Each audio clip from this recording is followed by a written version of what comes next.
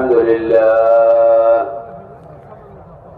لله نحمده ونستعينه ونستغفره ونؤمن به ونتوكل عليه ونعوذ بالله من شرور أنفسنا ومن سيئات أعمالنا من يهد الله فلا مضل له ومن يضلله فلا هادي له ونشهد أن لا إله إلا الله وحده لا شريك له ونشهد أن سيدنا ونبينا ومولانا محمدا عبده ورسوله صلى الله تعالى عليه وعلى آله وصحبه وبارك وسلم تسليما كثيرا أما بعد فأعوذ بالله من الشيطان الرجيم بسم الله الرحمن الرحيم والذين جاهدوا فينا لنهدينهم سبلنا وإن الله لمع المحسنين وقال الله سبحانه وتعالى ومن أحسن قولا ممن دعا إلى الله وعمل صالحا وقال إنني من المسلمين وقال الله سبحانه وتعالى إنما يعمر مساجد الله من آمن بالله واليوم الآخر وأقام الصلاة وآتى الزكاة ولم يخش إلا الله فعسى أولئك أن يكونوا من المهتدين وقال عليه الصلاة والسلام لغزوة أو روحة في سبيل الله خير من الدنيا وما فيها أو كما قال عليه الصلاة والسلام. میرے انتہائی محترم بزرگ دوستوں سے وہ یہ بات ہر شخص جانتا ہے کہ دنیا کا کوئی معمولی سے معمولی کام کو اگر وہ کام اس کے طریقے سے ہٹ کر کیا جائے تو اس میں کامیابی نہیں ہوتی. انسان جانتا ہے تجارت کیسے ہوگی، زراعت کیسے ہوگی، ہل کیسے چلے گا، بیج کیسے چلے گا، کب چلے گا. دنیا کے معمولی کام بھی اگر ان کے طریقوں کے ان کے اصول کے مطابق نہ کیے جائیں تو آدمی کہتا ہے کہ جی کام ہوگا نہیں. آپ ڈاکٹر کی دوا غلط طریقے سے استعمال کریں تو ڈاکٹر صاحب کہ جی مجھے صحت نہیں ہو رہی ہے، پہلا سوال ہوگا آپ نے دوا کیسے کھائی ہے. آپ لوہے کی آری سے لکڑی کاٹے، لکڑی کی آری سے لوہا کاٹے تو اس آری کے بدل جانے سے آپ اپنے کام میں کامیاب نہیں ہوں گے. لوہے کی آری سے ہی لوہا کٹے گا، لکڑی کی آری سے ہی لکڑی کٹے گی. میں تو آپ کو آسان مثال پیش کر رہا ہوں. معمولی کام دنیا کے آپ کا جوتا پھٹ جائے تو آپ کو جوتا گانٹنے کے لیے موچی کی دکان پر ہی جانا پڑے گا. اس کے علاوہ سنار کے یہاں، لوہار کے یہاں، کسی بڑائی کے یہاں یہ جوتا سینے کا کسی درزی کے یہاں انتظام نہیں ہے. آپ کا جوتا پھٹ جائے تو آپ کو جوتا لے کے نائی کی دکان پر ہی جانا پڑے گا. اس کے علاوہ کوئی جگہ، کوئی راستہ، کوئی طریقہ اس جوتے کے گانٹنے کا ہے نہیں. وہ سوئی نہ موچی کے پاس ہی ملے گی جس سے جوتا کاٹا جاتا ہے. میں آپ کو بہت آسان مثال دے رہا ہوں. اس زمانے میں مسلمان کو دھوکہ یہ لگا ہے کہ دنیا کے لیے تو آپ کو وہی طریقے اختیار کرنا پڑے گا جو دنیا کا اصول ہے. رہا دین کے لیے نہ کوئی طریقہ ہے نہ کوئی اصول ہے. آپ جس طرح جاؤ ہدایت حاصل کر لو، جہاں جاؤ حاصل کر لو. میرے دوستوں جس طرح دنیا کے معمولی کاموں کا آدمی پابند ہوتا ہے کہ اسی طریقے سے اس کو کرنا پڑے گا. میں عرض کرنا چاہتا ہوں دنیا تو ختم ہونے والی ہے، ہلاک ہونے والی ہے. دنیا اللہ کا ضابطہ نہیں ہے. دنیا اللہ کا ضابطہ نہیں ہے کہ دنیا کا حال ایک حال پر رہتا نہیں ہے. دنیا بدلتی رہتی ہے لیکن اللہ کا دین اللہ کا ضابطہ ہے. آپ خود ہی فیصلہ کرو کہ یہ کمینی دنیا جس سے اللہ کو نفرت ہے، جب اس کے اصول اور اس کے طریقے متعین ہیں اس کے خلاف کرنے سے آدمی ناکام ہو جائے گا، اپنے مقصد میں کامیاب نہیں ہوگا. تو وہ جو دین اللہ کا ضابطہ ہے، جو دین اللہ کا محبوب ہے اور جو دین ہمیشہ کے لیے دیا گیا ہے، کیا اس کا کوئی ضابطہ، کوئی اصول نہیں ہوگا؟ یہ کیسے ہو سکتا ہے؟ اس لیے اللہ تعالیٰ نے انبیاء علیہ السلام کے ذریعے جس طرح ایک شریعت اور ایک طریقہ زندگی عطا کیا ہے. نماز ایسے پڑھی جائے گی، روزہ ایسے رکھا جائے گا، زکوٰۃ ایسے دی جائے گی، حج ایسے کیا جائے گا. جس طرح پوری شریعت کے احکام اور اس کے طریقے متعین ہیں، آپ ان کو بدل نہیں سکتے۔ آپ چاہیں کہ جی زمانہ بدل رہا ہے، پانچ نمازوں کی 4 نمازیں ہو جائیں، اب مشکل ہوتا ہے لوگوں کو۔ اس زمانے میں 5 نمازیں ہوا کرتی تھی، اس زمانے میں 4 ہو جائیں، کہ قیامت تک بھی کوئی اس کو بول نہیں سکتا، رائے نہیں دے سکتا۔ کوئی کہ جی سجدہ چلو جی اس طرح نہیں، اس طرح کر لیں، زمانہ بدل رہا ہے کہ نہیں جی، تو نماز کا طریقہ بدلے گا نہیں زمانے کے بدلنے سے۔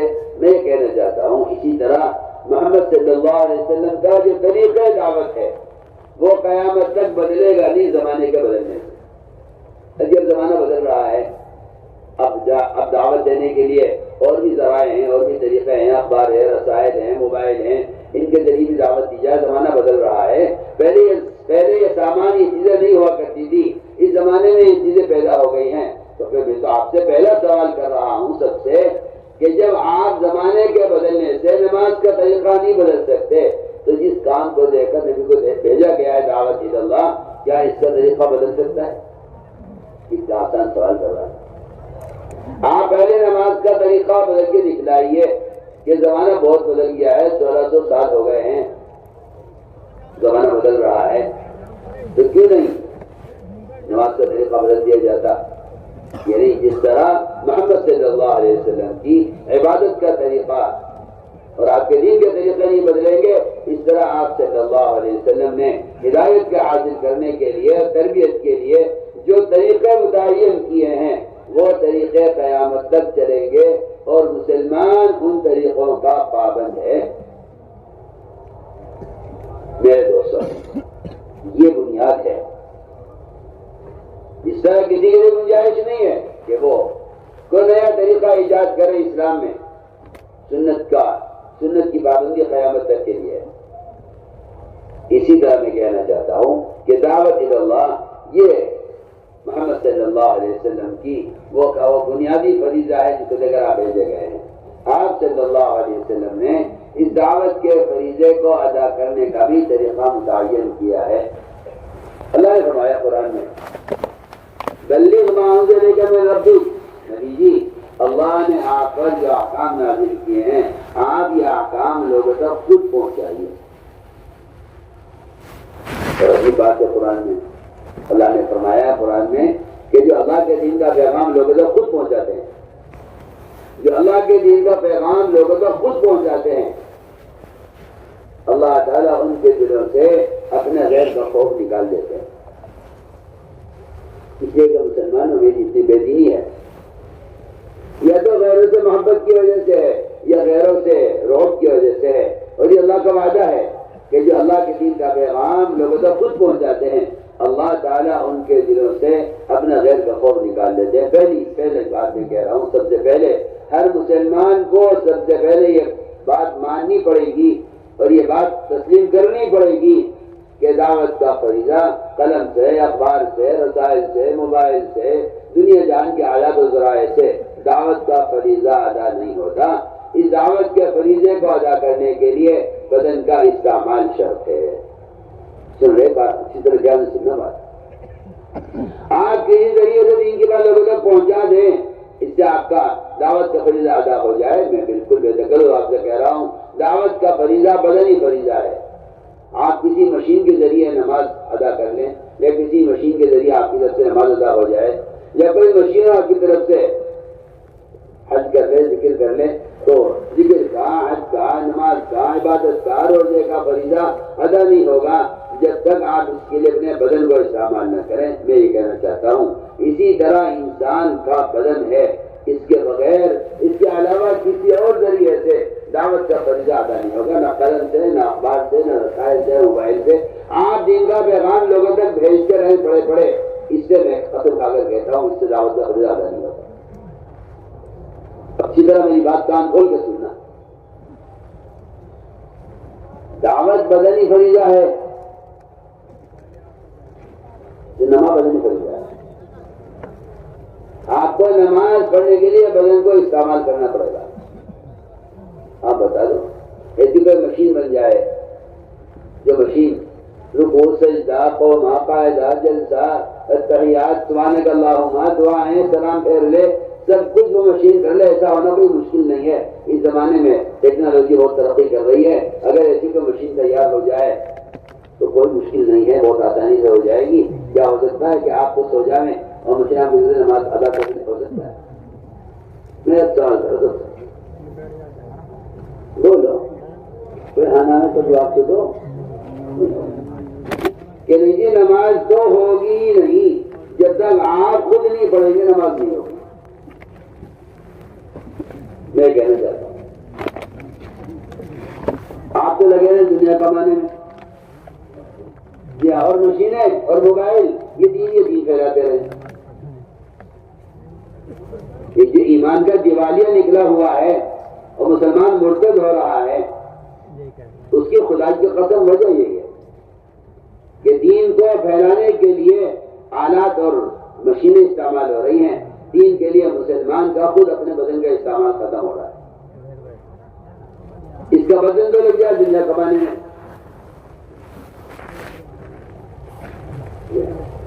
اور مشینوں سے دین کی باتیں پھیلاتے رہو اور کہتے رہو جی ہم تو دین پھیلا رہے ہیں۔ سوچو، جبکہ میں نے عرض کر دیا کہ دعوت ایسا بدنی فریضہ ہے جس کے لیے بدن کا استعمال شرط ہے۔ حدیث ہے، فرمایا جو تم میں سے گناہ ہوتے ہوئے دیکھے، من رأى منکم منکرا فلیغیرہ بیدہ، جو تم میں سے گناہ ہوتا ہوا دیکھے اسے چاہیے کہ اس کو اپنے ہاتھ سے بدلے۔ کیا مطلب ہاتھ سے بدلنے؟ ہاتھ سے بدلنے کا مطلب یہ ہے کہ ایک آدمی نعوذ باللہ، اللہ نہ کرے کوئی مسلمان بہکائے میں آ کر غلطی سے کسی گناہ کی جگہ پہ چلا گیا، یہ گھر پر جا کے بیٹھ گیا، شراب کے پہ جا کے بیٹھ گیا۔ آپ لگا دیں اشتہار بازاروں میں شراب پینا حرام ہے، میں قسم کھا کر کہتا ہوں اس سے دعوت کا فریضہ زیادہ نہیں ہوگا، اس سے کوئی دعوت کا فریضہ، دعوت کا فریضہ آپ کی ذمہ بدنی ہے۔ آپ جائیے اس کا ہاتھ پکڑ کر اسے سمجھا کر شراب کے سے اٹھا لا مسئلہ تو کہا جائے گا کہ ہاں آپ نے دعوت کا فریضہ ادا کیا۔ اس طرح نماز میں اپنے ہاتھ باندھنا یہ نماز کا عمل ہے۔ ایسے میں کہنا چاہتا ہوں کہ دعوت میں گناہ کرنے والے کے جا کر اپنے ہاتھ سے اس کا ہاتھ پکڑنا، صرف کہہ رہا ہوں میں، صرف یہی فریضہ ہے جسے دعوت کا، یہی طریقہ ہے دعوت کا فریضہ ادا ہوگا۔ تو مقام کر کے میری بات کو ضرور کہہ رہا ہوں، حدیث ہے جو تم میں سے گناہ ہوتا ہوا دیکھے اس کو چاہیے تم اس کو اپنے ہاتھ سے بدلے، یہ نہیں کہ قلم سے بدل دے، اخباروں سے بدل دے، پوسٹر لگا دے جگہ جگہ بازاروں میں، نامحرم کو دیکھنا حرام ہے، پوسٹر لگا دے بازاروں میں سود کھانا حرام ہے۔ اس سے دعوت کا فریضہ ادا بھی نہیں ہوگا۔ میں کہتا ہوں کہ اس سے آدمی سود سے، جھوٹ سے یا بد نظری سے باز بھی نہیں آئے گا، اس لیے کہ دعوت کا فریضہ نہیں ادا ہوا۔ صاف جو کہہ نہیں کہ ایسے بھی ہو جائے گا وہ حدیث کا انکار کر رہا ہے، ٹھیک ہے؟ حدیث نہیں ہے کہ جو تم میں سے گناہ ہوتا ہوا دیکھ رہا ہے اس کو چاہیے اس کو اپنے ہاتھ سے بدلے۔ بتائیے حدیث کا کیا جواب ہے آپ کے پاس؟ سوچو، یہ آج کل لوگ کہتے ہیں انہیں دعوت دینے کا مقصد یہ ضروری تھوڑی کہ آپ خود جا کر دعوت دیں، اخبار سے، رسائل سے، موبائل سے، اس سے بھی دعوت دی جا سکتی ہے۔ بولیے، حدیث کا انکار کر رہا ہے۔ حدیث میں ہے کہ آپ منکر کو اپنے ہاتھ سے بدلیں، گناہ کرنے والے کا ہاتھ پکڑ کے بس میں لے آؤ۔ اور اگر آپ یہ نہیں کر سکتے تو دوسرا طریقہ یہ ہے کہ آپ جائیں گناہ کرنے والے کے پاس اور اس کو زبان سے سمجھا کر بس میں لے آئیں، یہ آپ کے ایمان کا درمیانہ درجہ ہے۔ اگر آپ یہ نہیں کر سکتے، آپ کسی ایسی جگہ ہیں جہاں آپ زبان کھولیں گے تو آپ کو قتل کر دیا جائے گا، تو سب سے کمزور ایمان شخص کا ہے جو دل سے اللہ سے دعائیں کر کے اس گناہ کو ختم کر رہے ہیں.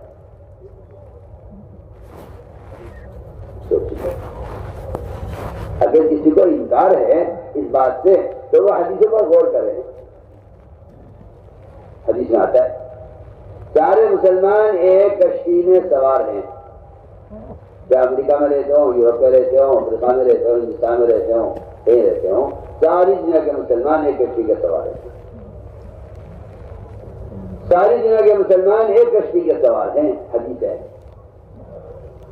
اس کشتی میں کوئی سوراخ کرنے لگے، بتاؤ جی حدیث میں کیا فرمایا؟ یہ تو نہیں فرمایا کہ بھائی اعلان کر دو کوئی سوراخ نہ کرے، تو جو سوراخ کرے گا وہ ہلاک ہوگا، آپ بچ جائیں گے. ایسا ہو سکتا ہے؟ ارے بولو، ابھی اس کشتی میں جگہ جگہ پوسٹر لگا دے، اشتہار لگا دے، ارے بھائی کوئی کشتی میں سوراخ نہ کیجو، جگہ جگہ لکھ دو. صحیح کو جی ہماری ذمہ داری پوری ہو گئی ہے، اب تو جو سوراخ کرے گا وہی ڈوبے گا. کہ نہیں، حدیث میں فرمایا کہ جو سوراخ کرنے والے کا اگر جا کے ہاتھ نہ پکڑا تو یہ تم بھی ڈوبو گے، یہ بھی ڈوبے گا. چاہے اس جہاز میں، اس کشتی میں کتنا بڑا بزرگ ہو، ولی ہو، کتنا بڑا اللہ والا ہو، حدیث میں آتا ہے اللہ نے فرمایا جبرائیل اس پوری بستی کو اٹھاؤ آسمان کی طرف اور پٹا پھر سے زمین پر. جبرائیل نے کہا لے اللہ، اس میں تو تیرا فرن ایک بندہ ہے جو تیری یاد سے کبھی غافل نہیں ہوا، ہر وقت تیرے ذکر میں مشغول رہتا، تیری عبادت کرتا رہتا تھا. اللہ نے فرمایا جبرائیل اس بزرگ کو بھی ہلاک کر دو. کیوں؟ اللہ نے فرمایا جبرائیل لوگ نماز چھوڑ رہے تھے، لوگ گناہ کر رہے تھے، لوگ سود کھا رہے تھے، لوگ شراب پی رہے تھے، لوگ جھوٹ بول رہے تھے، لوگ گناہوں کے در مبتلا تھے، لیکن یہ جو عابد ہے یہ ابھی نماز میں لگا رہا، ذکر میں لگا رہا، تلاوت میں لگا رہا، اسے کبھی ان کو روکنے کا خیال نہیں آیا اور اس نے انہیں کبھی نہیں روکا گناہ سے، انہیں کسی بھی ہلاک کر دو. بتاؤ اس حدیث کا کیا جواب ہے؟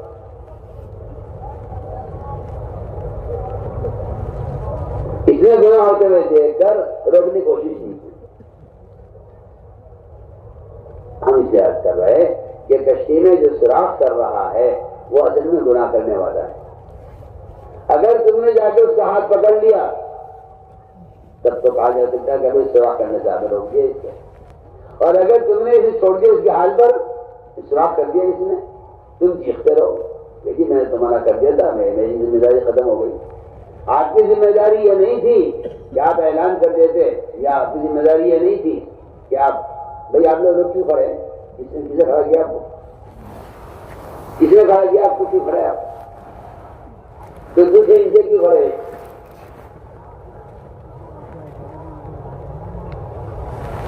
پھر کی بات سنو، بیٹھ جاؤ نیچے. تو میں بہت اہم بات کہہ رہا ہوں، اس کشتی میں سوراخ کرنے والے کا جا کے ہاتھ پکڑنا بس یہ ایک نجات کا راستہ ہے. میں پھر یہی کہنا چاہتا ہوں کہ گشت، سب سے پہلے گشت کا مقصد ہے اپنے ایمان میں کمال پیدا کرنا. پہلا مقصد گشت کا، پہلی صفت ان 6 نمبروں میں اپنے ایمان میں کمال پیدا کرنا. یہ گشت ہے اسی لیے، صحابہ گشت کرتے اسی لیے تھے تاکہ ایمان کی تکمیل کریں. ہم تو آج بھی کہتے ہیں تبلیغ میں گشت کرنا ایمان کی تکمیل کے لیے ہے. تبلیغ میں گشت کرنا اپنے ایمان کی تکمیل کے لیے. کیوں؟ اس لیے کہ گشت کا جو مقصد ہے وہ لوگوں کو نیکی پر آمادہ کرنا. ایک آدمی کا ہاتھ پکڑ کے اسے نماز کے لیے مسجد میں لے آنا، اسے کہتے ہیں امر معروف. ایک آدمی کو شراب کے اڈے سے اٹھا لانا، اسے کہتے ہیں منکر سے روکنا. آپ کتاب لکھیں، منکر سے معروفات سے کتابیں چھاپ دیں آپ، وہ معروفات کا علم ہے، دعوت نہیں ہے. کتاب پڑھ لو جی، کتاب پڑھ کے میں سمجھ جاؤں کہ ہاں بھائی یہ گناہ ہے، یہ نہیں کرنا مجھے، یہ نیکی ہے کرنی ہے مجھے، کہ نہیں، اس سے دعوت کا کوئی زیادہ نہیں ہوتا.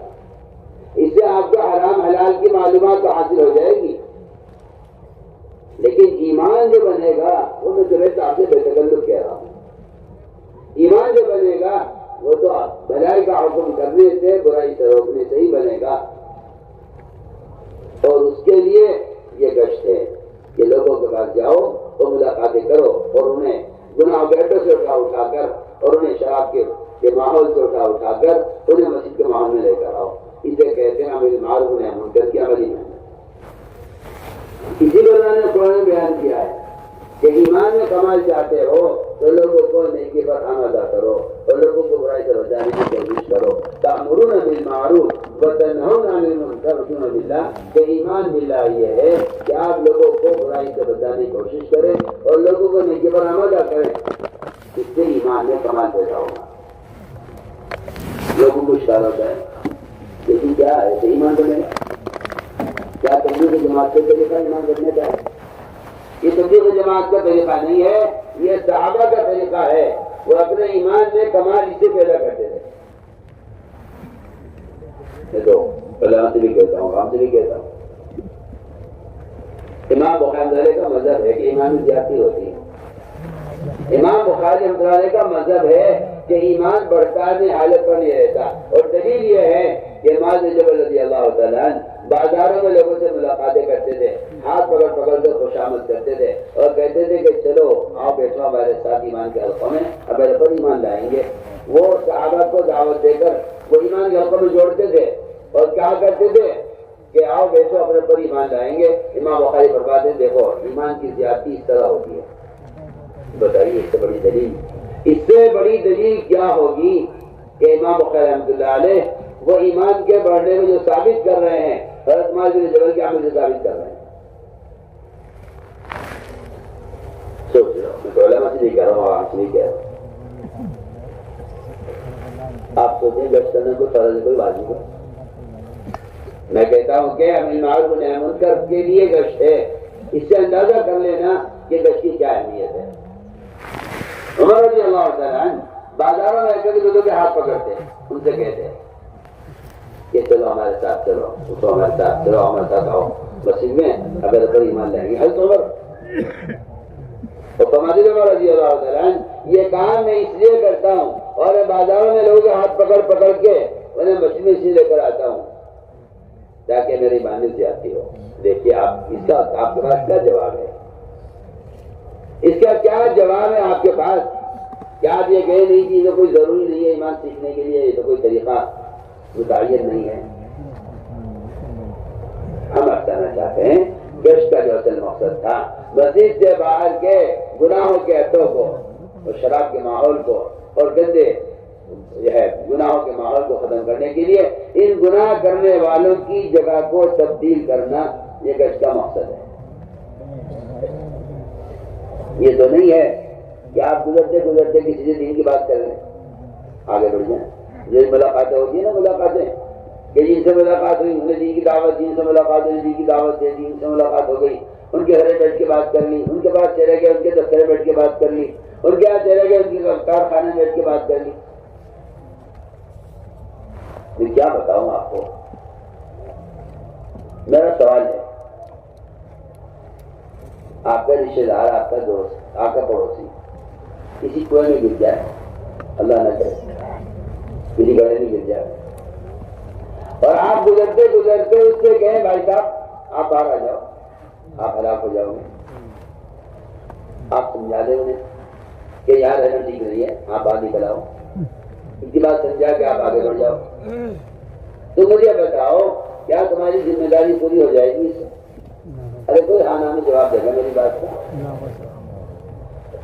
نکالنا پڑے گا. یہ کیا خیال ہے آپ کا؟ آپ کے سمجھانے کی جان بچ جائے گی؟ بولو جی بولو. آپ سمجھا دو اسے بھائی صاحب آپ یہاں گڑھے میں پڑے ہوئے ہو، باہر آ جاؤ. میں آپ سے کہتا ہوں گناہ کرنے والا گڑھے میں پڑے ہوئے شخص کی طرح ہے. گناہ کرنے والا گڑھے میں پڑے ہوئے آدمی کی طرح ہے. ابو دردہ کا قول میں عرض کر رہا ہوں، صحابی ہیں، وہ کہتے ہیں گناہ کرنے والا گڑھے میں گرنے والے کی طرح ہے. کیا تم اس کو نکالو گے نہیں گڑھے سے؟ یہ حضرت تکن مستقری جی، کیا تم نکالو گے نہیں گڑھے سے؟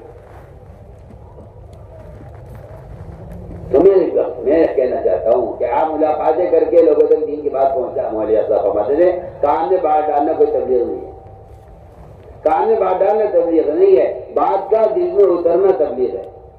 اور یہ بات بالکل قرآن حدیث سے اور آپ صلی اللہ علیہ وسلم کے عمل سے یہ بات ثابت ہے کہ بات کے دل میں اترنے کی جگہ صرف مسجد ہے۔ اس لیے حدیث میں قرآن میں صاف فرما دیا کہ ایمان والے وہ ہیں جو مسجدوں کا عمل سے آباد رکھتے ہیں۔ اس لیے بات یاد رکھو کہ مومن مشرک کے درمیان مسجد کو آباد کرنے کا فرق ہے۔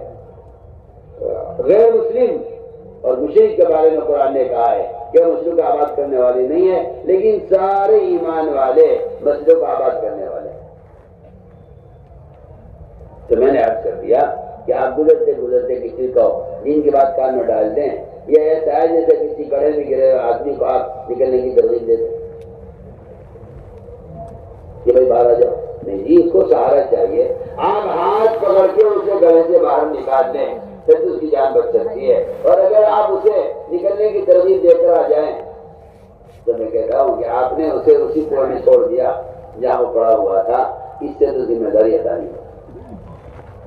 میں نے پہلی بات کر دی، پہلا مقصد اس تبلیغ اور دعوت کا پہلا نمبر، پہلی صفت ایمان میں کمال پیدا کرنا ہے، اور اس ایمان کی تکمیل کا طریقہ یہ ہے کہ آپ خود اپنا وقت فارغ کریں، روزانہ مسجد کے اطراف میں لوگوں سے ملاقاتیں کر کے انہیں گناہوں کے ماحول سے نکالیں اور انہیں اللہ کا فریضہ ادا کرنے کے لیے تیار کریں۔ اسے کہتے ہیں بالمعروف و نہی عن المنکر کی عملی محنت۔ یہی صحابہ اکرام کا طریقہ تھا اپنے ایمان میں کمال پیدا کرنے کا۔ یہاں سے لا کر مسجد کے ماحول میں یہاں اللہ کی بڑائی سمجھاؤ، یہاں اللہ کی توحید سمجھاؤ۔ دیکھو یاد رکھو، تم نے کتاب میں اللہ کی بڑائی پڑھ لی، تم نے کتاب میں اللہ کی بڑائی پڑھ لی، یہ اللہ کی بڑائی کی معلومات ہے، یہ اللہ کی بڑائی کی معلومات ہے۔ تم نے کتاب پڑھ لی، کتاب میں تم نے اللہ کی بڑائی پڑھ لی، یہ اللہ کی بڑائی کی معلومات ہے۔ اللہ کی بڑائی دل میں جب پیدا ہوگی، جب بندہ خود اللہ کی بڑائی کو بولے گا۔ سنو میں کیا کہہ رہا ہوں، آپ سمجھو کتاب پڑھ کے ایمان آ جائے گا اور کتاب پڑھنے سے اللہ کی بڑائی دل میں بیٹھ جائے گی؟ میں تو بالکل صاف کہتا ہوں، ایسا نہیں ہے، ایسا نہیں ہے۔ اذا ذکر اللہ وجلت قلوبہم واذا تلیت علیہم آیاتہ زادتہم ایمانا۔ علماء سے کہہ رہا ہوں اس آیت پر غور کر لیں اگر تو یہ بات سمجھ میں آ جائے گی کہ دوسروں کو اللہ کی یاد دلانے سے دلوں کے اندر کا جلا ہوتا ہے، اور دوسروں کو اللہ کا کلام پڑھ کر سنانے سے ایمان میں زیادتی ہوتی ہے۔ دونوں آیتیں ایسی ہیں، اذا ذکر واذا تلیت۔ علماء سے کہہ رہا ہوں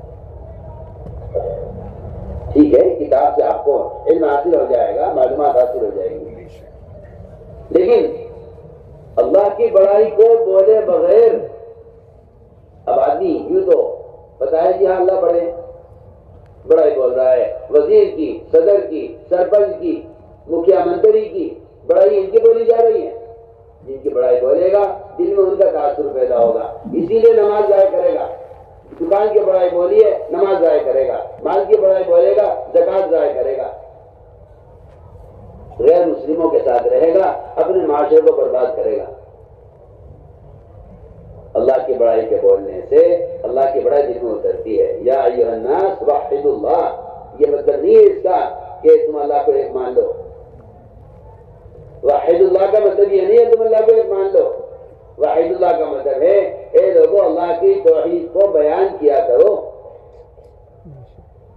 وہ کبیر و تکبیرہ، اللہ کو بڑا مان لو، یہ مطلب نہیں آئے اس کا۔ قم فانذر وربک فکبر کا مطلب یہ نہیں ہے کہ نبی کو حکم دیا جا رہا ہے کہ آپ اللہ کو بڑا مان لو۔ نبی تو اللہ کو بڑا مانتے ہی ہے، نبی نہیں مانے گا اللہ کو بڑا تو کون مانے گا۔ کبیر و تکبیرہ کا مطلب یہ نہیں ہے تم اللہ کو بڑا مان لو۔ کبیر و تکبیرہ کا مطلب یہ ہے کہ آپ لوگوں میں کھڑے ہو کر اللہ ہی کی بڑائی بیان کریں۔ اللہ کی بڑائی بیان کرنا تکبیر ہے، اللہ کی بڑائی بیان کرنا تکبیر ہے۔ میں یہ کہنا چاہتا ہوں، اس لیے فرمایا کہ بڑے کے گھر میں لاؤ، بڑے کے گھر میں آنے سے تجارت کا تاثر پیدا ہوگا. تم صدر کے گھر میں جاؤ، بادشاہ کے محل میں جاؤ، اس کی بادشاہ کی بڑائی کی دل میں پیدا ہوگی. ایسے ہی اللہ کے گھر میں آنے سے اللہ کی بڑائی پیدا ہوگی. تو میں نے عرض کر دیا کہ گشت کا پہلا مقصد گشت کا ہے اپنے ایمان میں کمال پیدا کرنا. یہی صحابہ کرام کا معمول تھا کہ وہ دعوت دے کر مسجد میں لاتے تھے اور مسجد کے ماحول میں دین کی بات ہوتی تھی. کیونکہ خدا کی قسم صرف مسجد ہی وہ جگہ ہے جہاں دل پلٹ سکتا ہے. صرف مسجد ہی وہ جگہ ہے جہاں دل پلٹ سکتا ہے. مسجد ہی صرف وہ جگہ ہے. اگر کسی کے دماغ میں یہ شیطان نے وسوسہ پیدا کر دیا ہو کہ کیا مسجد میں لا کے بات کرنا ضروری ہے تو کیا یہی ہدایت ملے گی، تو اس کی سوچ قرآن کی آیتوں کے بھی خلاف ہے، حدیث کے بھی خلاف ہے. اس کی سوچ محمد صلی اللہ علیہ وسلم کے طریقہ تربیت کی بھی خلاف ہے. یہ آپ بالکل بالکل بات سے کہہ رہے ہیں. قرآن کہہ رہا ہے ہدایت یافتہ وہ لوگ ہیں جو مسجد سے جڑے ہوئے ہوں. آپ صلی اللہ علیہ وسلم کہہ رہے مسجد کے ماحول سے بڑھ کر، عمل مسجد سے بڑھ کر کوئی ذریعہ دلوں کو نرم کرنے والا نہیں ہے. سوچیے آپ. ذکیر نے کہا نماز نہیں پڑھیں گے، روزہ نہیں رکھیں گے، زکات نہیں دیں گے، جہاد نہیں کریں گے، بتوں کو نہیں جوڑیں گے. جو آج کے مسلمان کا حال ہے. قومیت کا اسلام مسلمان قوم بن کر رہنا چاہتا ہے. نہ نماز، نہ روزہ، نہ حج، نہ زکات. فرمایا کہ دینی معلومات سے دین بدلنے کی استطاعت پیدا نہیں ہوتی. یہ جو نشریات ہو رہی ہیں یہ معلومات کی نشریات ہیں. اس سے خدا کی قسم اس سے آدمی عمل والا بن جائے ناممکن بات ہے، ناممکن بات ہے. اور وہ بھی شیطانی راستے، گندے موبائلوں سے اور فلموں کے ذریعے دین کی اشاعت. گناہ کے راستے سے آدمی کہیں ہدایت سے آتا ہے، گناہ کے راستے آدمی گمراہ ہوتا ہے. گناہ کے راستے گمراہی کے راستے ہیں.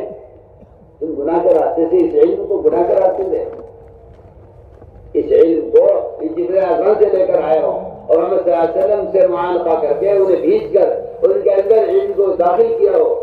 آج آپ شیطانوں کے ساتھ رہ کر اور شیطانی آلات کے ذریعے سے علم حاصل کرنے کو سمجھتے ہیں کہ اس طرح کی پیدا ہوگی. ایسا بیوقوف اناڑی آدمی کون ہو سکتا ہے بھلا؟ ایسا بیوقوف کون ہو سکتا ہے جو محمد صلی اللہ علیہ وسلم کے طریقوں سے ہٹ کر باطل اور حرام راستوں سے علم حاصل کرنا چاہے اور حرام راستوں کے ذریعے چاہے کہ ہدایت پھیل جائے دنیا میں. اس کے لیے تو فرشتوں کے ساتھ رہنا ہوگا علم حاصل کرنے کے لیے، اور اس کی جگہ صرف مسجد ہے. میں اس لیے کہنا چاہتا ہوں کہ ایک دن سے وہ واقعات ہیں ایسے صحابہ کے. تو پہل کہتے ہیں کہ میں نے اپنے کان بند کیا، روئی سے قرآن کی بات سننا نہیں چاہتا تھا. میں نے مسجدوں کا قدم رکھا، اندر میرے دل نے کہا ان کی بات سننی چاہیے. میں نے کان سے روئی نکالی، آپ کی بات سنی. 80 خاندانوں کو اسلام میں لے کر آئے سہیل رضی اللہ تعالیٰ. یہ مسجد کے ماحول کا اثر ہے. سمامہ نے کہا میں آپ بات قبول نہیں کروں گا. آپ نے 3 دن مسجد میں رکھا. ذکیر نے کہا نماز نہیں پڑھیں گے، زکات نہیں دیں گے، فرائض جمع نہیں کریں گے. میں نے مسجد میں رکھو. مسجد کے ہی اندر ہی وہ اثر ہے کہ جو اس کے دل کے دلوں کو نرم کرے گی. آج کی پتہ نہیں اناڑی کہاں سے آئے جن کا خیال یہ ہے کہ نہیں یہ کوئی ضروری نہیں ہے مسجد میں لانا، بس آپ دین کے بعد جگہ تک پہنچا دیں. ہدایت اللہ کے ہاتھ میں، ہدایت اللہ کے ہاتھ میں ہے. ہدایت اللہ کے ہاتھ میں شیطانی راستوں سے، ہدایت اللہ کے ہاتھ میں گناہوں کے راستے سے، ہدایت اللہ کے ہاتھ میں بدعتی راستوں سے، ہدایت اللہ کے ہاتھ میں ہے گناہوں کے راستے سے. تو آپ کسی کی عقل خبت ہو گئی ہو، کسی کی کھوپڑی الٹی ہو تو اس کا کیا علاج ہے؟ ہدایت کا وعدہ خدا کی قسم صرف محمد صلی اللہ علیہ وسلم کے طریقے پر ہے اور کسی طریقے میں ہدایت کا وعدہ نہیں ہے. قرآن نے فیصلہ کیا ہے ان تطیعوہ تہتدوا. اگر تم نبی کے طریقے ہدایت پر ہو تب تو ہدایت کا وعدہ ہے، اور اگر تم نبی کے طریقے ہدایت پر نہیں، ہدایت کا کوئی وعدہ نہیں ہے. قرآن صاف کہہ رہا ہے. آپ اپنی بکواس کرتے رہیں، اپنے طریقے آپ گناہوں کے طریقے آپ جتنا چاہے شور مچاتے رہیں کہ اس طرح میں ہدایت ملتی ہے. قرآن انکار کرتا ہے. قرآن نے کہا ان تطیعوہ تہتدوا. اگر ہدایت کے حاصل کرنے کے لیے تم صرف نبی کے طریقے کے پابند ہو تب تو ہدایت ملے گی، اللہ ہدایت دیں گے. اور اگر تم نے نبی کا طریقہ چھوڑ دیا تو اللہ تمہیں گمراہ کریں گے. یہ تو حدیث قرآن سے بھرے ہوئے ہیں. آپ کو کیوں اصرار ہے اس پر کہ نئے طریقے بھی ہدایت کے ذریعہ بن سکتے ہیں؟ کیوں اس پر آپ کو اصرار ہے؟ میں تو بالکل آپ سے کھل کر کہہ رہا ہوں. آپ سوچیے آپ کے نظام خلاف سنت قائم کر چکے ہیں ہدایت و تربیت کے لیے، میں 100 بار اللہ کی قدر کھا کر کہہ سکتا ہوں کہ شیطان نے آپ کو دھوکے میں ڈالا ہوا ہے کہ ہدایت اس طرح نہیں ملتی ہے۔ ہدایت صرف اس طریقے پر ملے گی جو طریقہ محمد صلی اللہ علیہ وسلم کا، اس طرح ہدایت کا کوئی راستہ نہیں، کوئی طریقہ نہیں۔ اس لیے فرمایا عمل کی استعداد پیدا کرنی ہے تو مسجد میں لاؤ، یہاں فرشتوں کے پروں میں رکھو۔ سوچیے آپ 20 دن 22 دن 25 دن انڈے رہتے ہیں مرغی کے پروں میں، ان میں بچے پیدا ہو جاتے ہیں۔ تم رکھ کے دیکھ لو، مگر میں مرغی پر انڈے کو بٹھا کے دیکھ لو، جو انڈا مرغی کے پر سے الگ پڑا رہے گا وہ گندا ہوگا، سڑے گا، بدبو اس کے اندر بنے گی، پھوٹ گیا تو پورے گھر بدبو ہوگی اس کی۔ یہ بدبو اس کی ہے کہ یہ مرغی کے پر سے الگ رہا ہے۔ میں کہتا ہوں جو لوگ مسجدوں کے ماحول سے دور رہتے ہیں اور اس کا پروں سے الگ رہتے ہیں، ان میں غیبت کی گندگی، سود کی گندگی، جھوٹ کی گندگی، زنا کی گندگی، شراب کی گندگی، جوڑ کی گندگی، ان کے اندر وہ بیماریاں پیدا ہوں گی جن کی بدبو ساری دنیا میں پھیلے گی۔ آپ سمجھتے ہیں دینی معلومات سے دین قائم ہوا ہے، ایسی حماقت کی سوچ۔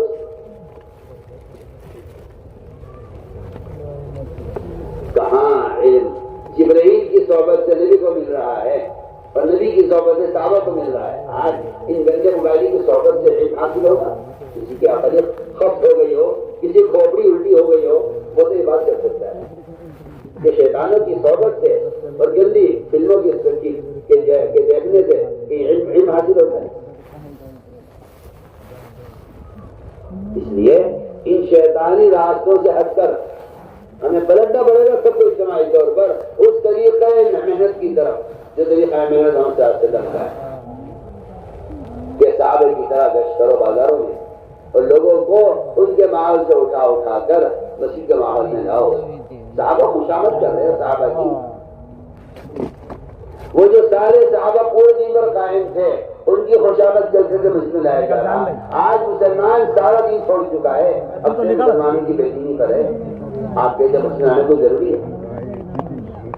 میرے دوست میں نے پہلی بات تربیت کا، تعلیم کا، عمل کی اسلام کے پیدا ہونے کا جو سب سے بنیادی سبب اور ذریعہ ہے وہ صرف مسجد کا ماحول ہے۔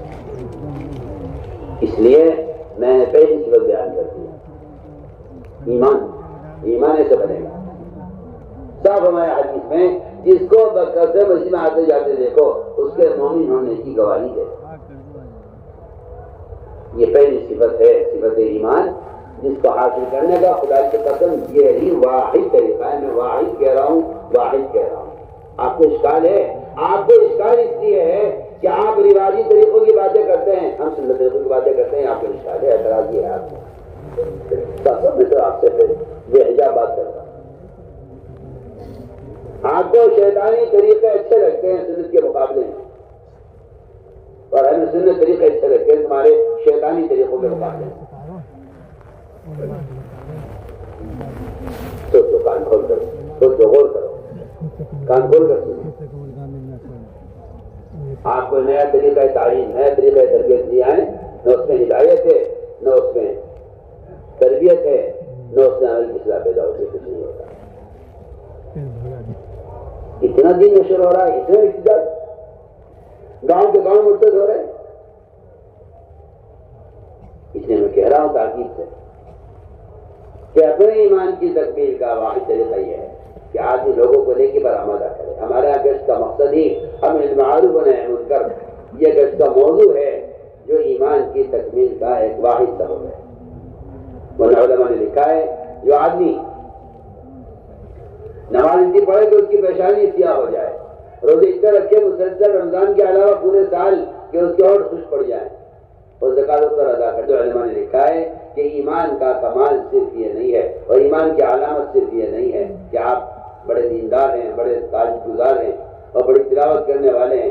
ایمان کا کمال یہ ہے اور ایمان کی علامت یہ بھی ہے کہ آپ لوگوں کو نیکی پر آمادہ کرتے ہیں یا نہیں، اور لوگوں کو گناہ سے بچانے کی کوشش کرتے ہیں یا نہیں۔ اس طرح میرے دوستوں جو روزانہ وقت فارغ کرنا پڑے گا ہر مسلمان کو مسجد کے لیے، کیونکہ بالکل واضح بات ہے، مسلمان غیر مسلم کے درمیان جو فرق ہے مسجد کو آباد کرنے کا فرق ہے۔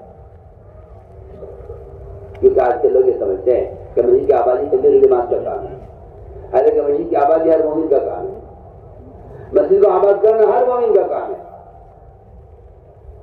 قرآن نے صاف کہا انما یعمر المساجد من آمن باللہ ما کان المشرکین ان یعمروا مساجد اللہ، مشرکین مسجد کو آباد نہیں کریں گے، سارے ایمان والے مسجد کو آباد کریں گے۔ یہ 100% ایمان والوں کے ذمہ ہے کہ مسجد کو آباد کریں۔ اس طرح ہمیں خود مسجد والا بننا ہوگا اور ہر فرد کو دعوت دے کر مسجد سے جوڑنا ہوگا۔ دوسری بات یہ ہے کہ ایمان کے بعد سب سے اونچا درجہ نماز کا ہے۔ ایمان بالغیب اور اس کے بعد اقامت الصلاۃ، الذین یؤمنون بالغیب ویقیمون الصلاۃ۔ بالکل قرآن کیا یہ بتا رہی ہے، ایمان نماز دونوں کو ساتھ جوڑا ہے کہ جب ایمان لائیں گے وہ نماز قائم کریں گے۔ میرے دوستوں عزیزو، ہمارے گشت کا موضوع ہے یہ، ایک مسلمان سے اس وقت کی نماز ادا کروانے کی کوشش کرنا، یہ گشت کا موضوع ہے۔ آ جاؤ بھائی نماز کے لیے آ جاؤ۔ ایک آدمی دکان میں بیٹھا ہوا ہے، نمازی پکا نمازی ہے، نماز کے لیے جا رہا ہے، اس کے ذمہ لازم ہے، واجب ہے، میں کہہ رہا واجب ہے کہ اپنے پڑوسی دکان والے کا بھی ہاتھ پکڑ لیں، آ جاؤ بھائی نماز کے لیے چلو۔ اگر آپ کا خیال یہ ہے کہ اسے پڑھنی ہوگی تو پڑھ لے گا تو آپ گناہ گار ہوں گے۔ آپ سن لو کان کھول کے، اگر آپ کا پڑوسی نماز نہیں پڑھتا تو گناہ اس کو نہیں ملے گا، صرف گناہ آپ کو بھی ملے گا۔ سن رہے نہیں کیا بول رہا؟ آپ کے دکاندار پڑوسی، آپ کا گھر کا پڑوسی، آپ کی گلی کا پڑوسی، اگر آپ سے نماز پڑھتے پابندی سے، آپ کا پڑوسی نماز نہیں پڑھتا تو آپ یہ مت سمجھنا گناہ اسے ملے گا، نماز نہیں پڑھتا، گناہ آپ کو بھی ملے گا۔ اور آپ یہ مت سمجھنا کہ اگر اللہ کا عذاب آئے گا تو بے نمازی پر آئے گا، نمازی پر بھی عذاب آئے گا، نماز پڑھنے والے پر بھی عذاب آئے گا۔ کیوں؟ ہماری کیا غلطی ہے؟ ہم تو پڑھتے تھے، کہ تو نماز تو پڑھتے تھے لیکن تم دوسروں کا نماز پر آمادہ نہیں کرتے۔ اگر میں کہتا ہوں پورا گاؤں یہ طے کر لے کہ جی مجھے نماز خود پڑھنی ہے، پڑھوانی ہے، ٹھیک ہے، میری نجات سے نماز پڑھنے میں نہیں ہے، میں تو آپ سے بالکل قرآن حدیث کی روشنی بات کر رہا ہوں، میری نجات سے نماز پڑھنے میں نہیں ہے، میری نجات دوسروں کو نماز پڑھوانے میں بھی ہے۔ اس بات کو مسلمان نے ایسا بھلایا کہ یہ بیچارہ اب یہاں سے کیا علماء نے کوئی آدمی اگر اپنی اصلاح کی فکر میں لگا ہوا ہے صرف تو ایمان کامل نہیں ہوگا۔ سن لو کان کھول کے، علماء سے کہہ رہا ہوں، جو آدمی صرف اپنی ذات کی اصلاح میں لگا ہوا ہے، اپنی ذات کی اصلاح کی کوشش سے ایمان کامل نہیں ہوگا۔ کوئی ولی ہو، کوئی بہت بڑا متقی ہو، کوئی بہت بڑا بزرگ ہو جو اپنی نفس کی اصلاح میں لگا ہوا ہے، اسے کسی سے کوئی مطلب نہیں ہے۔ جی میری نماز، میرا روزہ، میری تلاوت، میرا ذکر، میرا حج، میرے اعمال، میرا ذکر، میری تسبیح، میری تہجد، مجھے اب کسی سے کوئی مطلب نہیں ہے۔ فرمایا کہ اگر یہ اپنی نفس کی اصلاح میں لگا ہوا ہے تو ایمان کامل نہیں ہوگا۔ سن لو میں کیا کہہ رہا، جائی تو میری بات سمجھ رہے؟ کتنا بڑا کوئی بزرگ ہو، کتنا بڑا کوئی ولی ہو، اگر وہ اپنے نفس کی اصلاح میں لگا ہوا ہے ایمان کامل نہیں ہوگا۔ یہ لوگ کوئی خیالی باتیں نہیں کر رہا، یا یہ کوئی میرا اپنا خیال نہیں ہے، بالکل اسی طرح ترجمان السنہ میں لکھا ہے، مولانا بدر عالم شمس والے نے، آپ کوئی پڑھے اس کو، علماء سے کہہ رہا ہوں پڑھیے۔ اپنی کمالات عملیہ، اپنی ذات سے کمالات علمیہ دونوں لکھا ہے، اس سے جو چاہے کمال حاصل کر لے، لیکن اس کا ایمان کامل نہیں ہوگا جب تک یہ دوسروں کو دعوت نہیں۔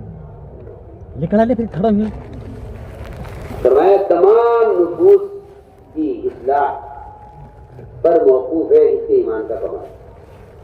اپنے نفس کی اصلاح کی کوشش سے ایمان کامل نہیں ہوتا۔ کوئی آدمی اپنی ذات کے اعتبار سے اعمال کی پابندی کرے، نماز، روزہ، حج، زکات، ذکر، تلاوت، تہجد، عبادت، روزے، نماز، حج سب کچھ کر دے، جب تک دوسروں کو آمادہ نہیں کرے گا نیکی پر اور دوسروں کو برائی سے بچانے خود کوشش نہیں کرے گا، ایمان کامل نہیں ہوگا، پکی بات۔ کوئی گشت تھوڑی ہے کہ جی چاہے کر لو جی چاہے چھوڑ دو، اپنے ایمان کی تکمیل کے لیے گشت ہے۔ دوسروں کو نیکی پر آمادہ کرنا اپنے آپ کو عذاب سے بچانے کے لیے، قرآن نے صاف کہا ہے۔ اور اللہ کا عذاب آیا نہ ماننے والوں پر تو نجات صرف ان کو ہوگی جو دوسروں کو دعوت دیا کرتے تھے، صاف قرآن کی آیت ہے۔ فلما نسوا ما ذکروا به انجینا الذین ینهون عن السوء۔ اس طرح میرے دوستوں تو ہمیں اس طرح لوگوں کو نماز کے لیے تیار کرنا ہے۔ اور ظاہر بات ہے کہ جو آدمی صبح مسجد لائے گا وہ تو نماز پڑھے گا، یہ تو ناممکن بات ہے اور سمجھ میں آنے والی بات ہی نہیں ہے کہ کوئی آدمی کسی پر نماز کے لیے پکڑ کے لاگو خود نماز نہ پڑھے، یہ تو ہو نہیں سکتا۔ ایک آدمی اگر کھانا کھانے بیٹھ رہا ہے اور وہ کسی کو لحاظ میں صاحب آج تم میرے ساتھ کھانا کھا لو، تو کیا ایسا ہو سکتا ہے کہ یہ خود نہ کھانے سے کھلا دے؟ تو خود ہی شریک ہوتا نہیں، تو بہت آسان مثال دے رہا ہوں۔ کتنی آسان مثال ہے، آپ کسی کو اپنے ساتھ کھانے میں شریک کرنا چاہیں تو ظاہر بات ہے آپ بھی کھائیں گے وہ بھی کھائیں گے۔ آپ کسی کو اپنے ساتھ کھانے پہ پکڑ کے لائے ہیں، یہ تھوڑی لے کر آئے کہ وہ کھایا آپ نے کھائیں۔ تو جب ایک آدمی کسی کو کھانے کی دعوت دے کر خود شریک ہوتا ہے تو جو آدمی کسی کو نماز کیوں لے کر آئے گا، کیا اس بات کا امکان ہے کہ وہ خود نماز نہ پڑھے؟ ہو سکتا ہے کہ نہیں، ناممکن بات ہے۔ تو میں نے یاد کیا کہ لوگوں کو نماز پر آمادہ کرنا ہے۔ اس بات کو ٹھان لو تم نماز والو کہ ہمارے نمازوں کے بے نمازی نہیں رہے گا، نہیں یہی ایک دادی بیٹا سوچتا رہتا ہے دکان پہ، یہ گاہک میرے یہاں آ جاتا، یہ گاہک بھی یہاں آ جاتا، یہ والا گاہک بھی آ جاتا، ہاں یہ سامنے سے گزر گیا ہے، یہ میری دکان میں کیوں نہیں آیا؟ اجی بھائی صاحب آ جاؤ، ہاتھ پکڑ پکڑ کے کھینچ کھینچ کے لاوے دکان میں۔ تم جا کے دیکھو مین روڈ پر ان کے ہوٹلوں کے ایجنٹ کھڑے ہوں گے سڑک پر اپنی جان خطرے میں، ہائی وے میں گاڑی چل رہی ہے، وہاں کھڑے ہو کے ہاتھ دیتے ہیں، 20 روپے کھڑے ہو کے کہ ہوٹل لے کھانا کھاتے جاؤ۔ شراب کے اڈے لگے ہوئے ہیں، ان کے ایجنٹ کھڑے ہوئے ہیں سڑکوں پر، شراب کی دعوت دے رہے ہیں۔ یہ کام مسلمان کر رہا ہے، یہ کام مسلمان کر رہا ہے۔ میں تم سے بہت کام کی بات کر رہا ہوں۔ اس لیے میرے دوستوں دوسروں کو نماز پر آمادہ کرو، خود اپنی ذات سے نماز میں کمال پیدا کرو۔ جو نماز قبول نہیں ہوتی وہ نماز قبول نہیں ہوتی جو جلدی جلدی پڑھی جاتی ہے۔ ہمارے جلسوں میں نمازیں ہوتی ہیں نماز سکھلانے کے لیے، اپنی مسجدوں میں ایسی اطمینان سے نماز پڑھا کرو۔ اگر رکوع سجدہ قومہ قاعدہ جلسہ اطمینان سے نہیں ہو رہا تو یہ نماز بھوک دے کے ماری جائے گی گندے کپڑے کی شکل میں۔ جو نماز کامل نہیں ہوتی وہ نماز ہمارے کے لیے بد دعا کرتی ہے۔ دکان نہیں چل رہی، کھیت جڑ گیا، سیلاب آ گیا، پیداوار کی کوڑا لگ گیا، دکان خرد ہو گئی، کسی نے دکان کو جھوٹا مقدمہ ڈال دیا، ابھی میں تو مظلوم ہوں، میری تو کوئی غلطی نہیں ہے۔ اچھا پھر تو نماز کو برباد کیا، اب نماز کی بد دعا لگے تجھے، نماز کی بد دعا لگتی ہے دکان کو، یہ دکان کو یہ نماز کو ضائع کرتا ہے دکان کے لیے، اللہ دکان کو ضائع کرتے ہیں نماز کے لیے۔ ہو گیا یہ بیچارہ کہتا رہتا ہے کہ کسی نے جادو کرا رکھا ہے، کیا جادو کیا کہ ہم تو اس کو مانتے نہیں ہیں، ہم تو صاف باتیں کہتے ہیں کہ تو نے اپنے عمل کو بگاڑ کر نماز کی بد دعائیں تو لے رہا ہے۔ جس طرح مظلوم کی بد دعا لگتی ہے، یتیم کو ستانے والے کی یہ بربادی ہوتی ہے، وہ یتیم کی بد دعا سے ہوتی ہے۔ اور فرمایا اسی طرح نماز مظلوم ہو جاتی ہے اور نماز کو یہ بگاڑتا ہے دکان کے لیے، نماز بد دعا کرتی ہے، اے اللہ تو اس کی دکان کو برباد کر دے، اس نے کارخانے کی نماز ضائع کیا، اس کے کارخانے کو برباد کر دے، اس نے اپنے کھیت کے تیار کے لیے نماز ضائع کی، اس کی کھیت کو اجاڑ دے۔ نماز بد دعا کرتی ہے نمازی کے لیے۔ اس لیے ہمیں چاہیے کہ لمبی لمبی نمازیں پڑھنے کی مشق کرو، جس سے نماز میں کمال ہوگا، دین میں کمال ہوگا۔ حدیث میں آیا من اقام فقد اقام الدین، جو نماز کو درست کرے گا دین کو درست کرے گا، جو نماز کو قائم کرے گا وہ دین کو قائم کرے گا۔ اپنے گناہوں کے اسباب نماز میں تلاش کیا کرو، مجھ سے کون سا گناہ ہوا، یہ جو گناہ ہوا ہے نماز میں غلطی ہوئی ہے، مجھ سے کوئی نام سستی ہو رہی ہے، جو نماز چھوڑ دیتا ہے اس کا اسلام میں حصہ ختم ہو جاتا ہے. جو نماز چھوڑ دے اس کے اسلام میں کوئی حصہ نہیں ہے. بتائیے تو صحیح, جس کے اسلام میں کوئی حصہ نہیں وہ اللہ سے کیا لے لے گا؟ دعائیں مانگتا رہے, بزرگوں سے دعائیں کراتا رہے, کراتے رہے دعا. جس آدمی کا کمپنی میں کوئی حصہ نہیں ہے, کیا کمپنی سے کچھ ملے گا؟ کوئی شیئر نہیں, تو کوئی حصہ نہیں کمپنی میں, کیا ملے گا کمپنی سے؟ کچھ یہ کمپنی سے ملے گا جس کا کمپنی میں حصہ ہے. اس کا اسلام میں تو کوئی حصہ ہے نہیں. تو بزرگ دعا کر دے, وہ اللہ والا دعا کر دے, کوئی مجھے نقص بنا دے, کوئی مجھے تعویذ دے دے, اس پر پڑے رہتے لگے رہتے ہیں. وہاں تو پتہ کٹ چکا نماز چھوڑنے کی وجہ سے مسلمان ہی نہیں, آدمی نماز چھوڑ دے. جو آدمی نماز چھوڑ دے وہ مسلمان ہی نہیں رہا. تو پھر آپ بتائیے تو صحیح, پھر آپ اللہ سے کیا لے لیں گے آپ؟ اس لیے میں نے عرض کیا کہ پورا مجمع اس کا فیصلہ کرے. شرم آتی ہے مسلمان سے کہتے مانی چھوڑیں گے. نماز پڑھنے کو حکم تو کافر کو دیا جاتا تھا اللہ کے رسول کے زمانے میں. یہ بڑھیا جگہ جگہ آپ کو ملے گا. کفار یہ کہتے تھے کہ محمد صلی اللہ علیہ وسلم ہمیں نماز کا حکم دیتے ہیں. ابو سفیان نے کہا تھا بادشاہ سے, کہا یامرون بالصلاۃ, کیا ہمیں نماز کا حکم دیتے ہیں؟ مسلمان سے کیا نماز پڑھیں گے؟ مسلمان نماز چھوڑ دیں. وہاں تو کافر نماز پڑھ لیا کرتا تھا. واسع بن عفان رضی اللہ تعالیٰ عنہ نے اسلام پورے دن نماز پڑھی ہے جماعت کے ساتھ, پھر اسلام داخل ہوئے نماز کے بعد. اس لیے میں نے عرض کیا کہ نمازوں میں کمال پیدا کرو. تہجد کا, اشراق کا, جہاز کا, اوابین کا. جماعت میں نکلنے کی غرض ہی یہی ہے. یہاں دکان میں لگا رہتا ہوں, جماعت نفل چھوٹ جاتی ہیں. یہاں دکان کے منصوبے سے کبھی کبھی سنتیں چھوٹ جاتی ہیں. آہستہ آہستہ سنتوں کا نفلوں کا مزاج ختم ہو رہا. دن بھر کھیت میں تھکا رہا کہ لیٹ گیا, رات کو تھک گیا, بدن دکھا ہوا ہے, تو تہجد چھوٹ گئی. آہستہ آہستہ تہجد کی, اشراق کی, جہاز کی, نفلوں کی, سنتوں کی عادت ختم ہو گئی. اللہ حفاظ فرمائے, اللہ حفاظ فرمائے. بعض تو ایسے ہیں کہ جن کو فرائض کی بھی عادت ختم ہو چکی ہے. لوگ یہ سمجھتے ہیں جماعت بدل جاہلوں کو نکالا جاتا ہے تاکہ جماعت سے نکل کے دین سیکھ لیں. ارے یہ بھی کوئی بات نہیں.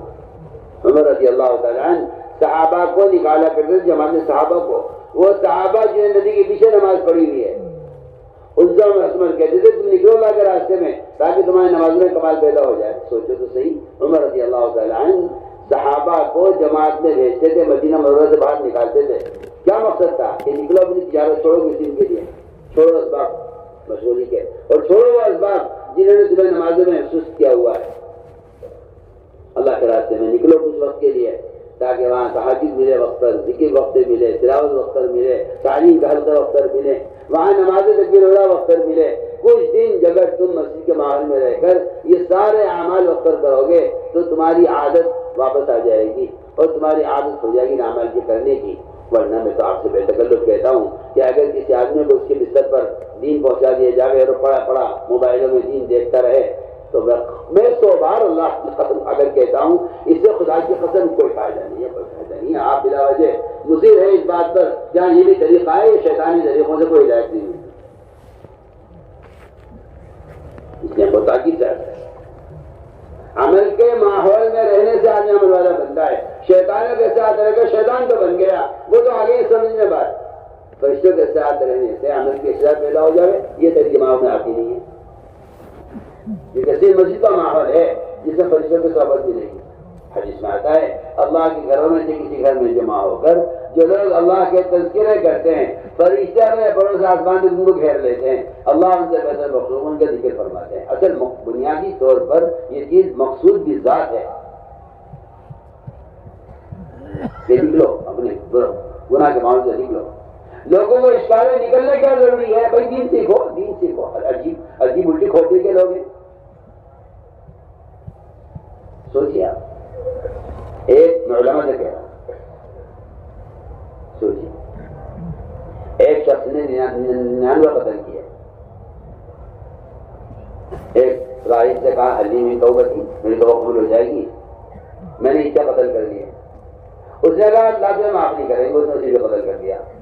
کتنے ہو گئے؟ 100 ہو گئے. 100 قتل ہو گئے. پھر ایک عالم سے کہا کیا میری توبہ قبول ہو جائے گی؟ عالم نے کہا ہاں اللہ تمہیں معاف کر دیں گے مگر تم اپنی بستی چھوڑ کے نکل جاؤ. کیا ضرورت نکلنے کی؟ عالم یہ کہتا بھائی توبہ کر لو، استغفار کر لو، آئندہ نہ کرنے کا پختہ ارادہ کر لو، اپنے فعل پر تمہیں ندامت ہو سکتی ہے، اللہ سے توبہ کر لو، اللہ معاف کر دے۔ سوچو عالم نے کیوں کہا اپنی بستی چھوڑ کے نکلو؟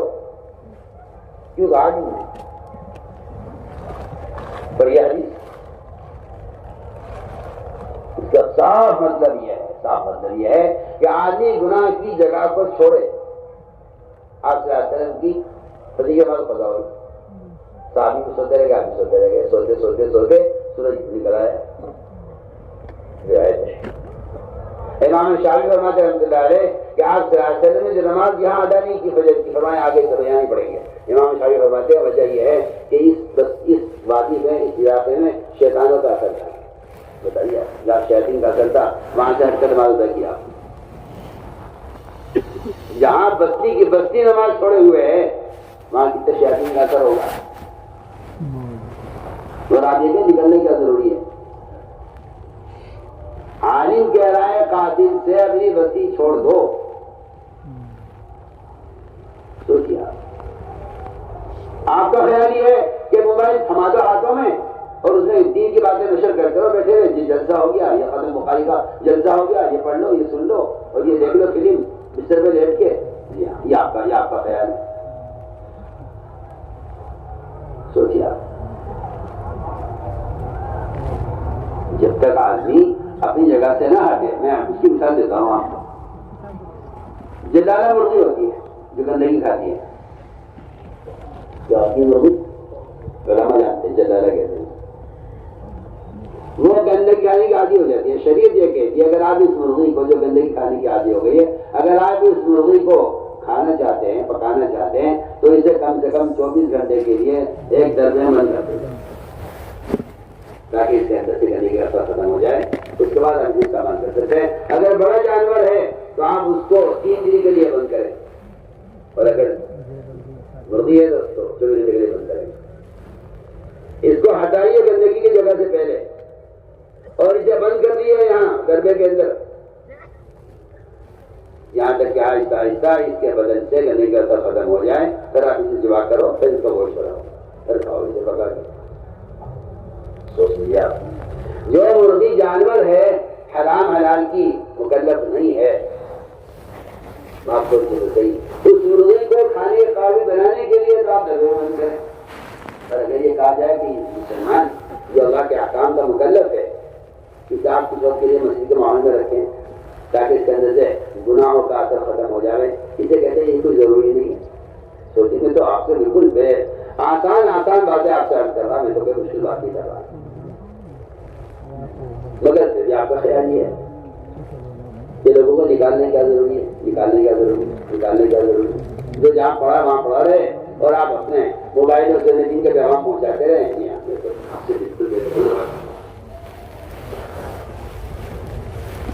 اصل مسئلہ یہ ہے کہ امت گناہوں کی عادی ہو گئی ہے۔ اس عادت کو چھڑوانے کے لیے اللہ حفاظت فرمائے جو لوگ شراب کے عادی ہو جاتے ہیں ان کو اسپتالوں میں رکھا جاتا ہے پیش کر کے تاکہ ایک عرصے تک یہ شراب نہ پیئیں۔ ان کے بدن میں جو شراب کے اثرات ایسے داخل ہو چکے ہیں کہ وہ مجبور کرتے ہیں شراب پینے پر، ان کی عادت کو چھڑوانے کے لیے ان کو بند کر رکھا جائے صحیح ہوتا ہے۔ میں کہتا ہوں کہ اسی طرح جب آدمی خدا نہ کرے نعوذ باللہ گناہوں کا عادی ہو جاتا ہے تو اس کا بدن ان گناہوں کی وجہ سے اتنا ان کا عادی ہو جاتا ہے گناہوں کا کہ وہ عادت چھوٹتی نہیں ہے جب تک اس کو اس ماحول سے نکال کر ہم اس معاملے میں لائے۔ تو اس لیے ہم نے عرض کیا کہ ہم اس طرح عمل کے ماحول میں رہیں۔ تو میں نے عرض کیا کہ عمر رضی اللہ تعالیٰ عنہ صحابہ کو نکالا کرتے تھے جماعت میں جاؤ تاکہ تمہاری نماز میں کمال پیدا ہو جائے۔ ان کی نماز میں کیا کمی ہوگی؟ آج ہم اپنی نماز کا صحابہ کی نماز سے مقابلہ کر کے دیکھتے ہیں۔ اس لیے میرے دوستوں نمازوں میں کمال پیدا کرنا ہے۔ جماعت میں نکل کر خوب موقع ملے گا لمبی لمبی نمازیں پڑھنے کا۔ تہجد کا خوب اہتمام کرو۔ تہجد یہ رات کا قیام اور یہ تہجد ان کا یہ تو سب سے زیادہ اللہ کے قرب کا ذریعہ ہے۔ حدیث میں آتا ہے نوافل کی کثرت بندہ اللہ کے قریب ہو جاتا ہے، اللہ فرمانے میں خود اس کا آگے بن جاتا ہے۔ اللہ فرماتے ہیں میں خود اس کے اعضا بن جاتا ہوں. اتنا قریب ہو جاتا ہے بندہ نماز کے نوافل کے ذریعے اللہ کے اتنا قریب ہو جاتا ہے. تو جو آدمی اللہ کے اتنا قریب ہو جائے گا تو بتائیے تجھے کیا پھر اس سے اس بات کا امکان ہے کہ یہ گناہ کرے؟ اللہ فرما رہے ہیں میں اس کے ہاتھ بن جاتا ہوں, میں اس کے پاؤں بن جاتا ہوں. اللہ فرما رہے ہیں میں اس کی آنکھ, اس کے کان بن جاتا ہوں, اس کی زبان, اس کے اعضا بن جاتا ہوں, تاکہ کیونکہ یہ سارے اعضا پھر گناہوں سے بچ جائیں گے. اس لیے نوافل کا خوب اہتمام کریں. اور نوافل کا اہتمام جواب میں ذکر ہی ہو سکتا ہے جب آدمی ان تمام اسباب سے ہٹ جاتا ہے جو اسباب آدمی کو تھکا دیتے ہیں دنیا میں, پھر وہ عبادت کے قابل رہتا نہیں ہے. فرمایا قیامت کے ماحول میں رہ کر کچھ دن اس کی مشق کرو, تہجد کی, تلاوت کی, ذکر کی, عبادت کی. اس طرح ہمیں نوافل کے ذریعے اس کا اہتمام کرنا ہے. آگے رہا علم کا فریضہ. علم دو قسم کا ہے, فضائل کا علم, مسائل کا علم. فضائل کا علم کیا ہے؟ اللہ کا عبادوں کا یقین دل میں پیدا ہو جائے. ایک آدمی دکان میں بیٹھا ہوا ہے, دکان ہو گئی, ادھر کہا آ گیا.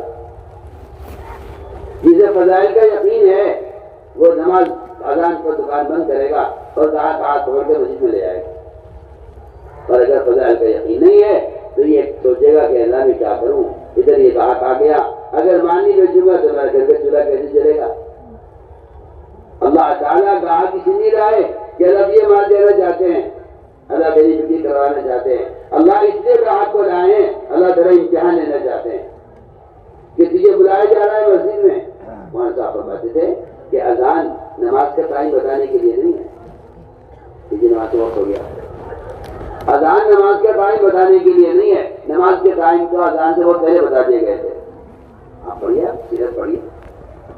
اذان تو بہت بعد میں آئی, نماز تو بہت پہلے سے ہو رہی تھی. نماز کے وقت سے پہلے بتا دیے گئے. تو بات ہے کہ اذان تو عدالت کا سمن ہے. اذان عدالت کا سمن ہے. اگر نہیں گئے سمن پر اور نہیں گئے بلانے پر تو وہی وارنٹ کر جائیں گے اور دکان سے گرفتار کر دیے جاؤ گے. یہ اس کا بیان سے پڑھنا پڑتا ہے. میں کہ اذان کا مطلب یہ اللہ نے بلایا ہے, چلیے. اگر اذان پر مسجد میں نہیں آئے, بتاؤ کسی عدالت سے کسی کو بلایا جائے اور وہ نہ آئے, بتائیے کیا ہوگا اس کے ساتھ؟ فرمایا کہ اذان تو اللہ نے آپ کو بلایا ہے, آپ اللہ کے بلانے پر چلیے. اللہ نے بلایا ہے آپ کو اپنے گھر میں. جس گھر سے آواز اذان دی جاتی ہے اللہ کے گھر سے, وہ اللہ کے گھر میں آنے کے لیے حی علی الصلاۃ, حی علی الصلاۃ جو بار بار کہہ رہا ہے مؤذن, وہ کہہ رہا ہے کہ چلیے نماز کی طرف, چلیے نماز کی طرف. اس طرح ہمیں چاہیے کہ فضائل کا علم حاصل کریں. جو بالوں کا یقین دل میں ہوتا ہے تو آدمی, آپ سوچیے نا, ایک آدمی آپ کو گراجی 200 روپے لے لو, یہاں آ جاؤ. ایک آدمی گراجی کی 10 لاکھ روپے لے لو, تو بتاؤ آپ 100 روپے لو گے, 10 لاکھ روپے لو گے؟ بتائیے کیوں مسلمان دنیا کو دین پر ترجیح دیتا ہے؟ یہاں 100 روپے مل رہا ہے, وہ بھی وقتی طور پر. وہاں جنت مل رہی ہے ہمیشہ کے لیے, ہمیشہ کی راحت کو چھوڑ دیتا ہے ایک دنیا میں وقتی راحت کے لیے. اس لیے فرمایا کہ تعلیم گھروں میں جم کر بیٹھو, اللہ کے وعدوں کا یقین لے کے جاؤ بازاروں میں, اور بازاری ماحول میں جا کر کہو بازاری لوگوں سے, دیکھو یہ بازاری کا عمل پر ہے. اس طرح ہمیں تعلیم کا اہتمام کرنا ہے. یہ ہماری تعلیم کی کتابیں فضائل اعمال, ما قال الصدقات, اور بنیادی کتاب اس کے ساتھ تعلیم کی منتخب احادیث. صبح میں منتخب احادیث سے تعلیم ہوگی, جماعت میں نکل کر بھی مقام پر بھی منتخب احادیث تعلیم ہو. ایک ایک حدیث کو 3 بار پڑھا جائے, حدیث کے دوران اپنی بات نہ ہو, حدیث کو پڑھا جائے, اور ایک ایک حدیث کو 3 بار پڑھے, اس طرح کہ لوگوں کی بات سمجھ میں آ رہی ہو. اس طرح ہمیں اپنی مسجدوں میں کم سے کم آدھا گھنٹہ جم کر تعلیم کرنی. تعلیم میں سارے ساتھی بیٹھے, تعلیم ہو چکے تو بس جماعتیں بنا دیں, ساتھیوں گشت کی ملاقاتوں کی مسجد میں عمل ہوتا رہے, اور یہیں سے 2.5 گھنٹے کے میں شروع ہو جائے گی, اور لوگوں کو دعوتیں دے کر بازاروں سے, ہوٹلوں سے, چوپالوں سے, جہاں جہاں روز ملا لوگ بیٹھے ہوئے ہیں بازاروں میں، دنیا کی باتیں کر رہے ہیں، جوا کھیل رہے ہیں، تاش کے حلقے لگے ہوئے ہیں، وہاں سے لوگوں اٹھا کر خوش آمد کر کے مسجد میں لے آؤ، وہاں لیا سب سمجھ لے۔ ایسے گشت کیا کرو جیسے سیلاب میں سے بچوں کو عورتوں کو بچا کر نکالا جاتا ہے، ایسے گشت کیا کرو جیسے بھڑک کی آگ میں سے لوگوں کو بچا کر نکالا جاتا ہے۔ آگ لگ رہی ہے یہ معاشرے کی خرابی کی، آگ لگ رہی ہے شراب کے اڈوں کی، آگ لگ رہی ہے باہر نمازوں کو ضائع کرنے والوں کی۔ میں کہیں آگ سے بچاؤ۔ میں تو کہتا ہوں گشت ایک مسلمان کو گشت کر کے مسجد میں لانا آگ سے بچانا ہے، کیونکہ ایک نماز کو ضائع کرنے والا ایک کو جہنم میں جائے گا۔ گشت کرنا آگ سے بچانا ہے، گشت کرنا آگ سے بچانے کو کہتے ہیں۔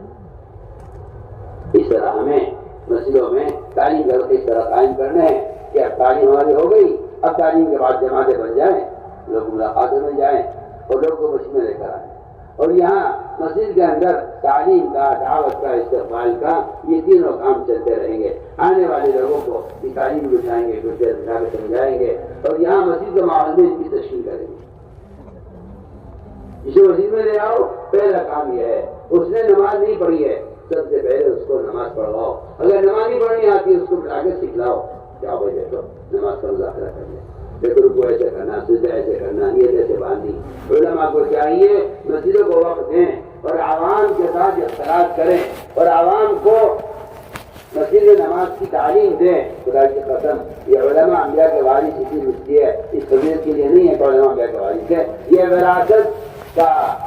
وراثت کا جو اعزاز ملا ہے اور وراثت کا کی جو آپ کو سعادت ملی ہے وہ اس شرط پر ملی ہے کہ آپ محمد صلی اللہ علیہ وسلم کی طرح مسجدوں میں آنے والوں کی نماز کی نبی کی طرح نگرانی کریں۔ علماء کی ذمہ داری ہے۔